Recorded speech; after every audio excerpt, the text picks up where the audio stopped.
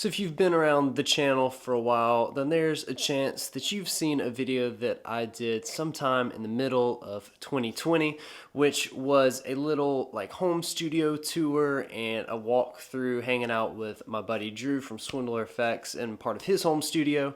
But I decided to do an update, kind of a dedicated video, kind of walking you through my home studio and also my workflow, how I make the most of what's basically about a 10-foot by 12-foot room. Since a lot of us have spent a lot of time working from home over the past 12 months almost of COVID-19, and really about the past 10 to 11 months of frequent lockdowns and things like that, I thought this would be a timely video to kind of show you how I approach my workflow, making the most of a small space at home.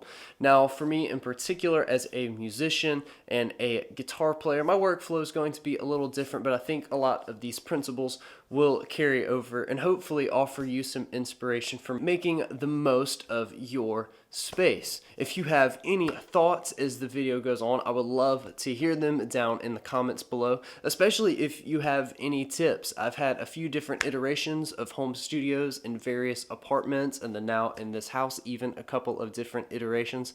But I would love to know what you think down in the comments below. It would probably help out myself and others watching this video if you have any tips of your own. So before we get into the video, if you like this kind of stuff, please hit the like button and consider subscribing. My name's Riggs. I'm a musician. I'm a guitar player. I do orchestral programming and different things like that as well. So if you are interested in any of that kind of stuff, would love for you to subscribe. It really helps me out a lot. All right, let's go check out the studio.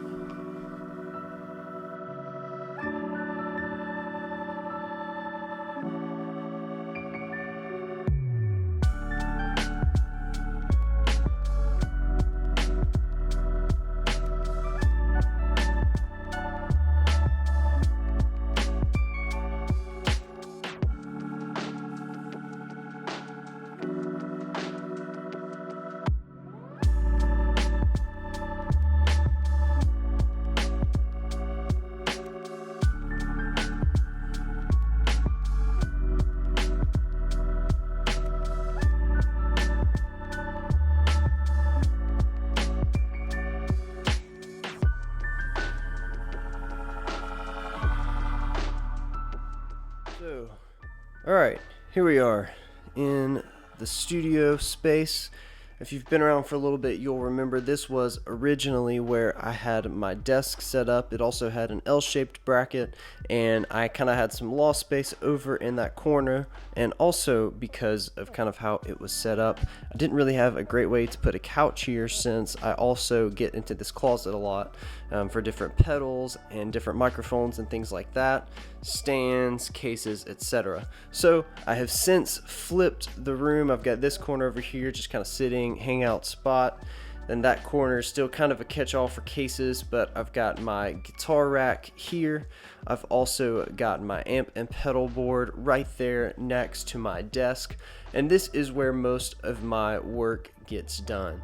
As you can see, I've got my laptop hooked up here, which is a 15-inch MacBook Pro. It's got a 500 gig solid state drive inside, and it's also got 16 gigs of RAM, which is perfect for music production.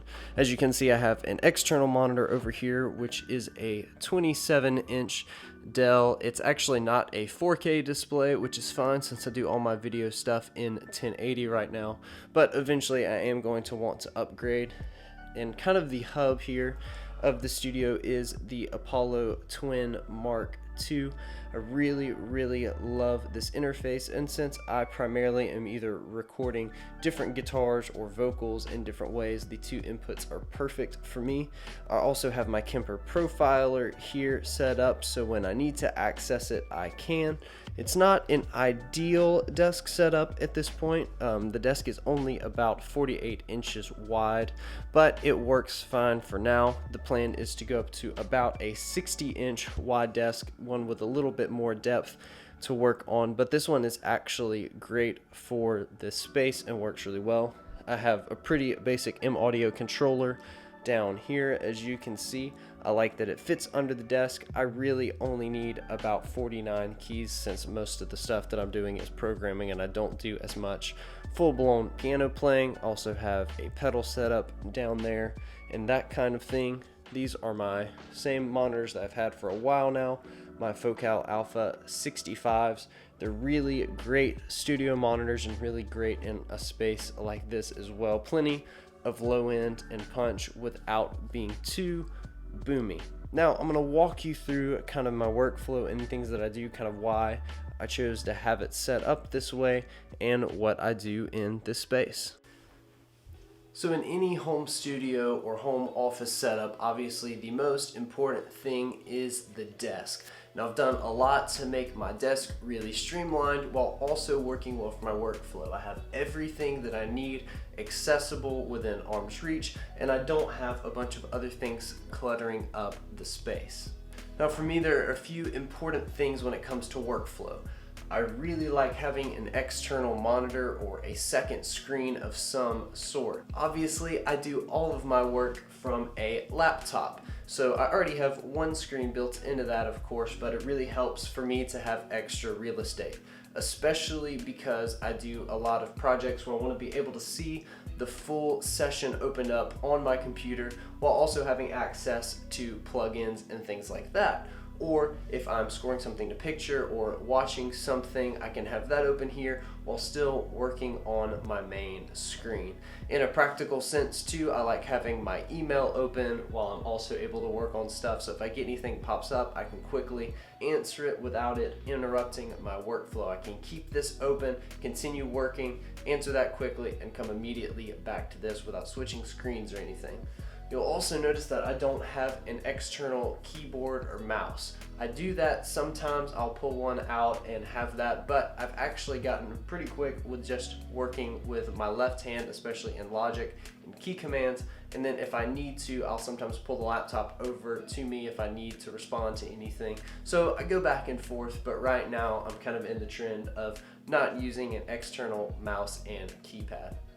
So there are really just a couple of other things that are really crucial to my workflow. Obviously, again, having the external monitor is a big part of it, but there are a couple of other things that I really need to have accessible.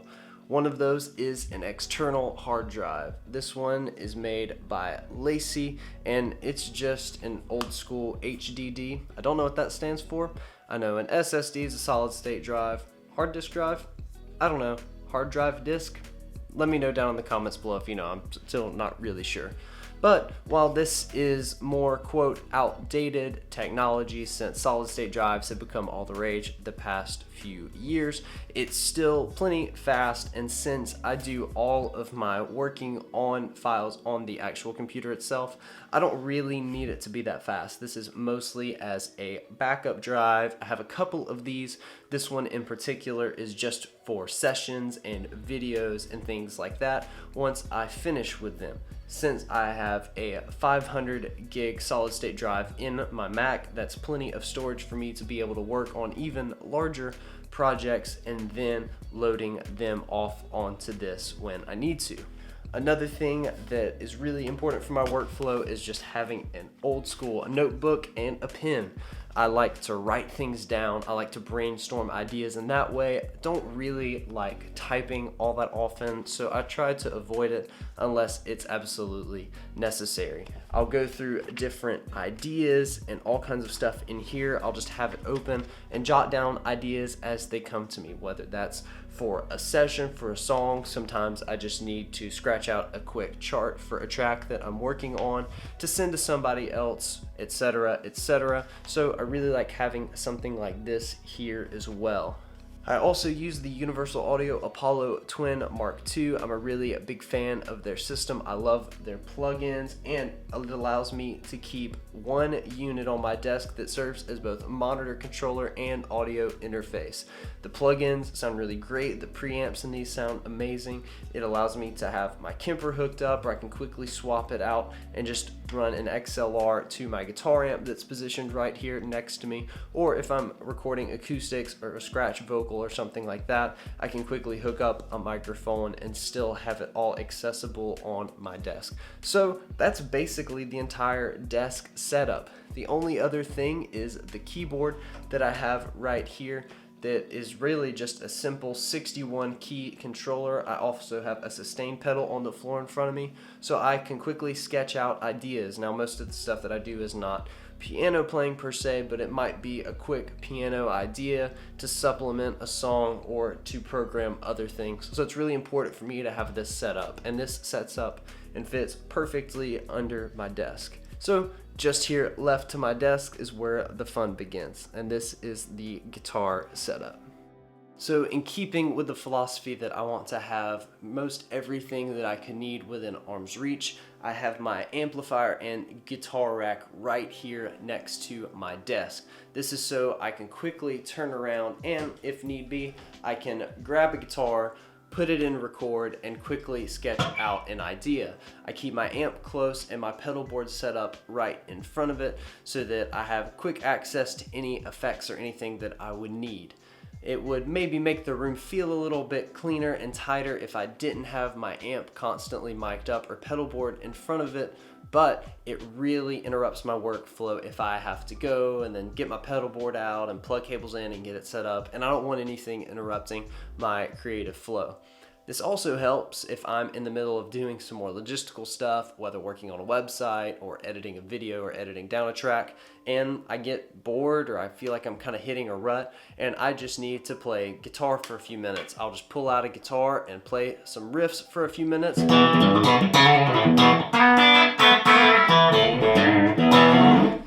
And then I'm back off to working on whatever I was working on. Sometimes it helps me, even when working on music, to just kind of cleanse my musical palette, kind of cleanse my ears with something that's not the same thing I've been listening to basically on repeat before jumping back into working on the track.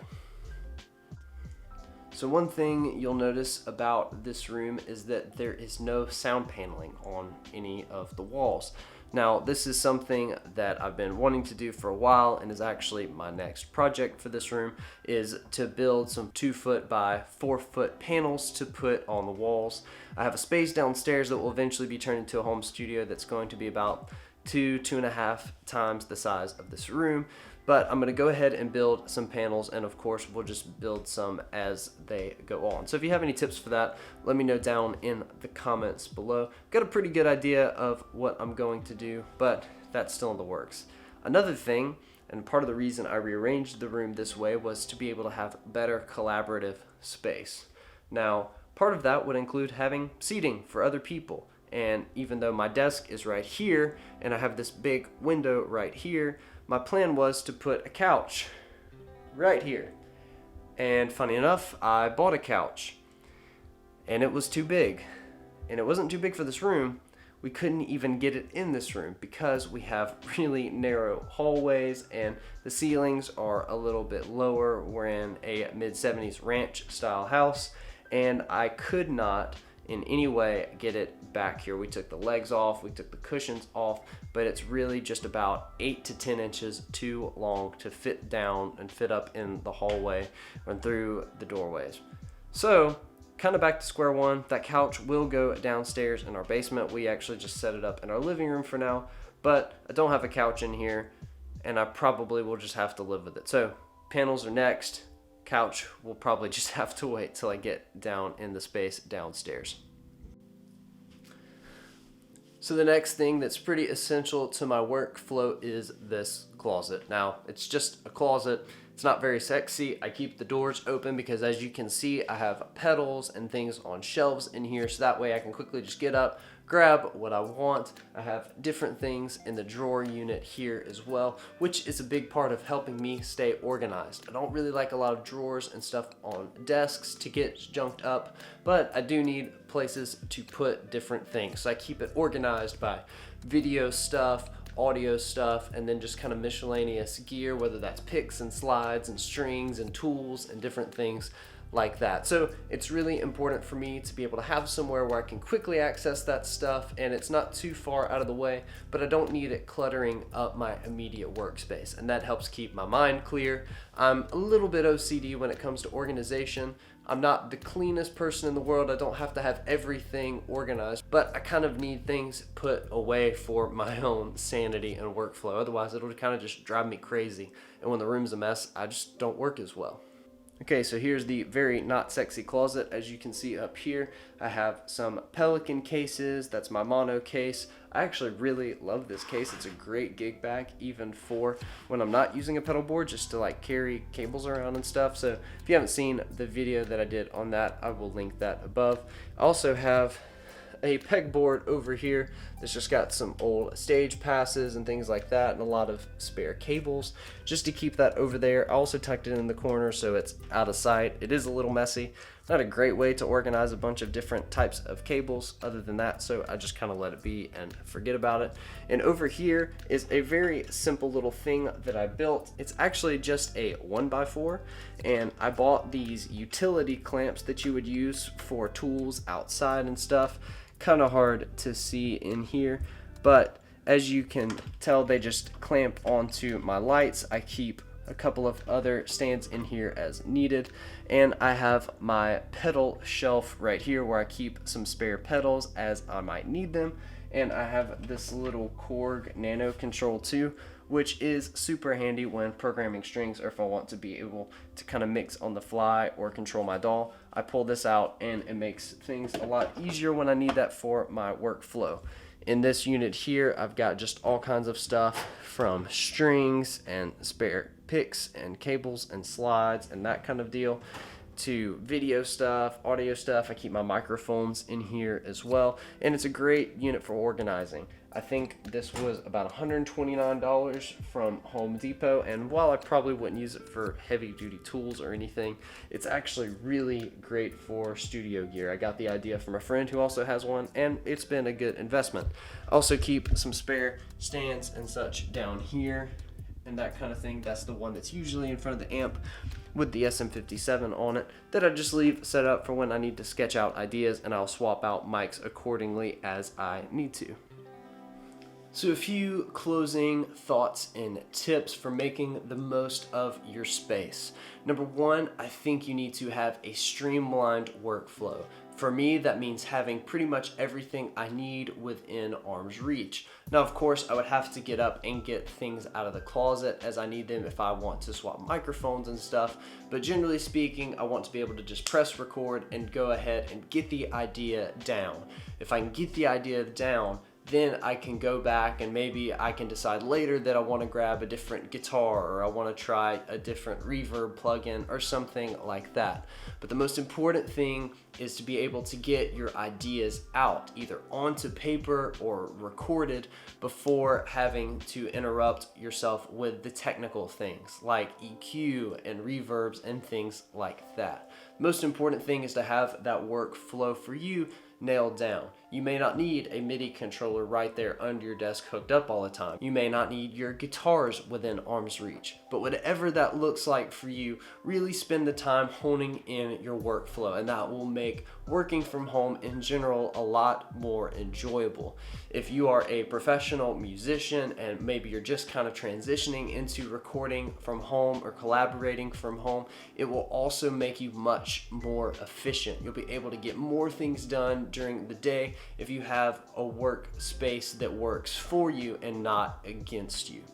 Another thing that I think is really important is being inspired and comfortable in your space. Have a chair that you are comfortable in, that you enjoy working in. I know that sounds silly, and I'm still kind of searching for the ideal setup, but if you are comfortable and you're spending a lot of time in that chair, it's going to make your work much more enjoyable. I also think little things like hanging some art on the walls, or maybe having the room painted colors that inspire you, or something along those lines can really help. I often will burn candles and have these lamps on and have some vibey lighting going and stuff when I'm working, and that really does help inspire me. I think that is a really important consideration. You don't want to have to work from a space that you don't really enjoy working in, because then you're not going to want to spend time in there. And if you don't want to spend time in there, then you're not going to spend as much time being creative. So guys, that is all for this video. If you've enjoyed it, hit that like button if you haven't already. Subscribe if you are new to my channel. I promise it really does help me out a lot and helps others find this video as my channel grows. And if you have any thoughts on my home studio or maybe things you've done in your home studio, let me know in the comments below. Let me know how I can improve my space. Let others know how maybe they can make the most of their small spaces as well. So that's all for this video, and I will see you guys in the next one.